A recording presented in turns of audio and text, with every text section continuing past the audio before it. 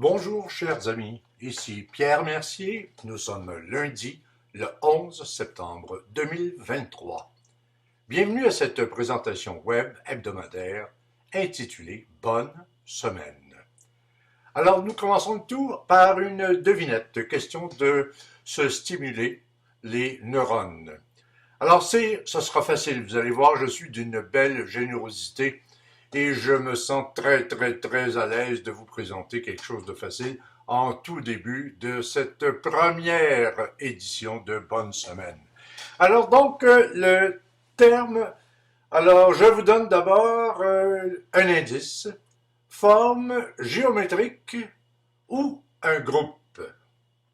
Bon, forme géométrique ou un groupe. Et là, je pousse la générosité encore plus loin en vous donnant la première lettre du mot que l'on cherche, c'est un C. Et le nombre total de lettres, incluant le C, donc je compte 2, 4, 6 lettres. Donc, en résumé, il s'agit d'une forme géométrique ou d'un groupe, ça commence par C, et ça contient 7 lettres. Et là, je pousse encore plus loin ce que j'aurais jamais cru, n'est-ce pas? Ma belle générosité jusqu'à vous donner quelques minutes jusqu'à la fin de cette présentation pour réfléchir et tenter de trouver une réponse à tout ça. Alors donc, nous passons donc de la devinette aux éphémérides. Alors les éphémérides, vous le savez sans doute, ce sont des événements qui se sont produits dans le passé et qui sont reliés à une date précise. Or, aujourd'hui, nous sommes le 11 septembre et on cherche un événement important. Déjà, juste à évoquer le 11 septembre, ça devrait, comme ça, venir tout seul. C'était un fait qui a marqué notre imaginaire pendant des années et que ça continue encore une fois à nous hanter. Je rajoute un indice, 11 septembre 2001. C'est oui, et on est à 8h14 le matin. Et c'est bizarre comme phénomène. Très souvent, lorsqu'il se produit comme ça, des événements vraiment disproportionnés dans notre vie, on s'en rappelle. Non seulement on s'en rappelle des années plus tard, mais très souvent on est capable de dire à quel moment c'est survenu et qu'est-ce qu'on faisait précisément et où on était à ce moment-là. C'est le cas des événements terroristes aux États-Unis. Donc, 8h14, un premier avion Boeing vient s'écraser sur une des tours du World Trade Center à New York. Et là, on est littéralement soufflé. À tous les postes de nouvelles, c'est la priorité absolue, c'est la grande nouvelle. Et là, on hésite, on ne sait pas. À ce moment-là, on se dit, est-ce qu'il s'agit d'un accident bête de conduite d'avion? Ou est-ce que ça se pourrait? Peut-être, certains journalistes commençaient peut-être à mettre cette hypothèse d'un mouvement terroriste. Et là, moins d'une heure plus tard, un deuxième avion vient s'écraser sur la deuxième tour jumelle. Et là, ça ne fait plus aucun doute, il s'agit bel et bien d'un mouvement terroriste. Et puis, à la fin des événements, on aura dénombré le nombre, il y avait 19 terroristes du groupe Al-Qaïda, hein, qui ont détourné comme ça, non pas 2, mais 4 avions. Les 2 premiers, ils ont réussi à détourner ces avions-là et à les faire s'écraser comme ça sur les tours jumelles. Il y avait un troisième qui, lui, était destiné au Pentagone. Et il a atteint, bien sûr, le Pentagone. Et il s'est encastré littéralement dans l'entrée principale de l'édifice. Et puis, il y a eu un quatrième qui, lui, n'a pas atteint son objectif, mais qui visait Washington. Et c'est grâce, en fait, ce ratage est dû au fait que les passagers se sont révoltés à bord contre les terroristes. Et à ce moment-là, les terroristes n'ont plus été capables de gouverner l'avion pour le lancer sur leur cible, ce qu'ils visaient, on s'en doute bien, puisque c'était à Washington. Donc, là, c'était l'horreur des images. Vous vous souvenez des images terribles de ces incendies, particulièrement au World Trade Center, mais les gens qui étaient coincés, là, comme ça, en hauteur, dans les bureaux, et qui se jetaient dans le vide, littéralement. Les pompiers, les policiers, tous les corps de métier de sauvetage sur les lieux qui se sont relayés, n'est-ce pas, pour assurer non seulement la paix, mais tenter de rassurer les gens, d'intervenir, de les soigner. Et là, jour après jour, dans les jours qui ont suivi, on découvrait des corps dans les décombres. C'était un des événements les plus tristes et les plus marquants. Et en conclusion et en bilan, il y a eu 2977 décès, non seulement des gens qui étaient à bord des avions, mais évidemment ceux qui étaient dans les édifices qui ont été touchés par ces mouvements terroristes-là. Donc, 2977 décès et 6291 blessés, dont plusieurs pompiers qui intervenaient sur ce lieu de catastrophe. Alors voilà, c'est la partie éphéméride de cette présentation.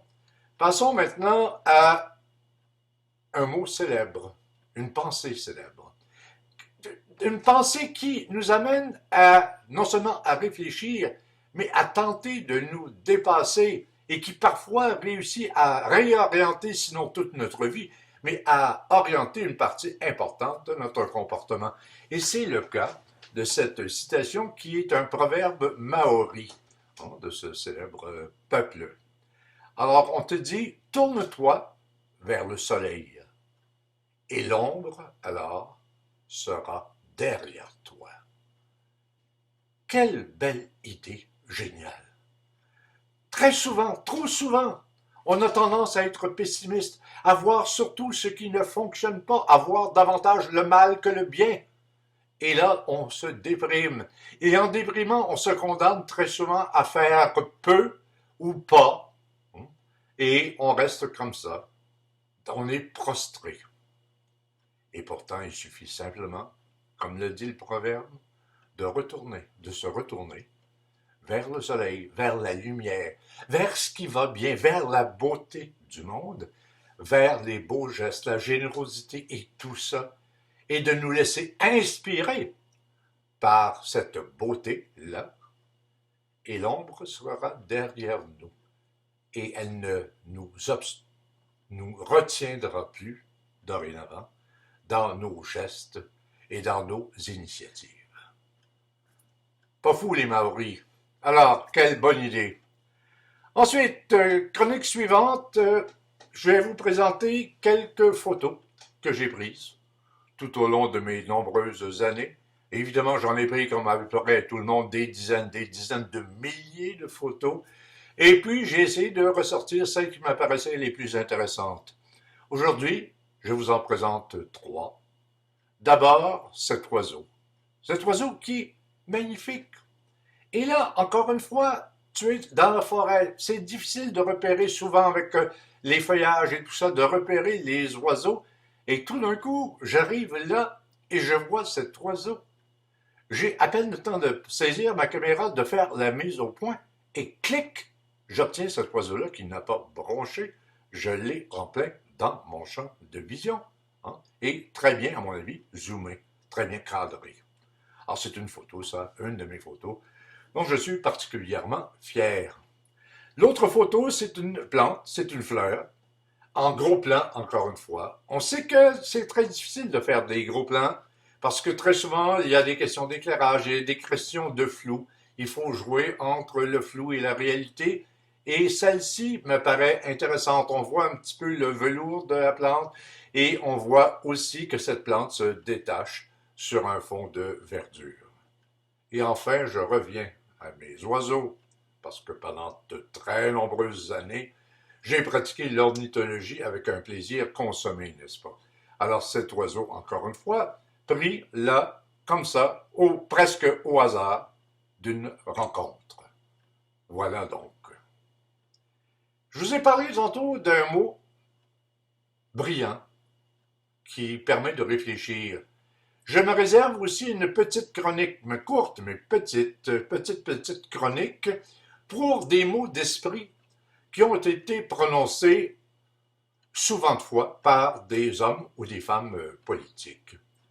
Celui-ci, de cette semaine, contrairement aux autres, je dois dire que c'est un mot effectivement très drôle, hein, mais qui a été involontaire de la part de la personne qui l'a prononcé. Cette personne-là, ça va rappeler les souvenirs à beaucoup de gens. Hein. Il s'agit de Réal Cahouette. Hein, Réal Cahouette qui a été pendant de très nombreuses années chef du Crédit social du Canada et qui était un des meilleurs tribuns que le Canada a connu. Alors très souvent, malgré le fait que, pour beaucoup de gens, la théorie du crédit social, qui était un petit peu banale pour pas dire beaucoup, hein, si je la résume rapidement sur le plan économique, le crédit social disait, pour s'enrichir, on va faire fonctionner la planche à billets. On va faire imprimer plus de billets, donc si on a plus de billets, si on a plus de moyens, on sera plus riche. Disons qu'il fallait pas, c'était pas la tête à Papineau comme théorie, mais l'habilité qu'il avait à faire ses discours, ses conférences, en faisait des moments choyés que l'on écoutait mais vraiment du début jusqu'à la fin. Il était passionnant, cet gars-là. C'était un gars qui était allumé. Et puis, à un moment donné, il a fait une blague involontaire, et ça, il l'a regretté pendant des années, parce qu'on lui a remis sur le nez pendant des années de temps cette phrase magnifique. Il avait dit, « Mesdames et messieurs », et d'ailleurs, c'était particulier, il répétait cette formule-là, « Mesdames et messieurs » constamment, tout au long de sa conférence, tout le temps. « Mesdames et messieurs, les libéraux », alors c'était le parti, évidemment, qui s'opposait au crédit social, « Les libéraux vous ont amené les Canadiens au bord du gouffre. » Et là, jusqu'au gouffre, il s'en était bien sorti. La formule était peut-être un peu tronquée, mais elle était quand même intéressante. Et malheureusement, il ajoute ceci. Si vous nous élisez du crédit social, nous allons vous permettre de faire un pas en avant. Et là, on a senti que le mot venait à peine de sortir, qu'il regrettait évidemment ce propos-là. Ce qu'il venait de dire, c'est que le Canada était sur le bord du précipice, sur le plan financier entre autres, et que si on l'élisait, ben lui ferait faire aux Canadiens un pas de plus, donc tomber carrément dans le précipice. Évidemment, il a regretté cette formule-là, et il était trop tard à ce moment-là pour qu'il se reprenne. Et on lui a reproché, pas reproché, mais on lui a rappelé cette formule-là pendant des années de temps. Réal Cahouette, une personnalité extraordinaire sur le plan politique, un orateur formidable. Et on s'en ennuie parce que, mon Dieu, très souvent qu'on a des hommes et des femmes politiques légèrement, et là je suis poli, ternes. Alors voilà, je vous avais promis de revenir avant la fin de cette présentation sur la devinette de débat. Alors, vous l'aurez sûrement deviné parce que vous êtes brillant, puis parce que je vous ai donné du temps pour réfléchir. Il s'agit du mot cercle. Un cercle, donc un groupe d'amis, un groupe d'experts, alors de gens qui ont un point en commun. Donc un cercle, et puis évidemment la figure géométrique du cercle. Alors voilà, nous sommes déjà rendus au terme de cette diffusion. Comme le titre l'indique, bonne semaine! Et n'oubliez surtout pas de nous revenir lundi prochain. D'ici là, portez-vous bien.